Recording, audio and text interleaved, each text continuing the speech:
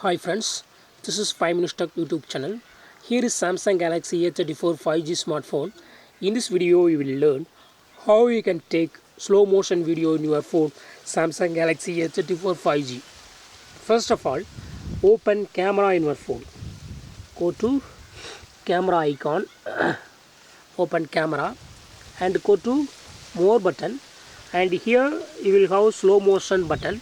Just click it and start recording your video. I start recording this video. See here, click on the start button and I record this video. While recording, it will be like a normal video, okay? But after playing the video, you will see the slow motion. See here, I stop the video and I open the video that I took and see the video action. Now it is in slow motion, okay? See here.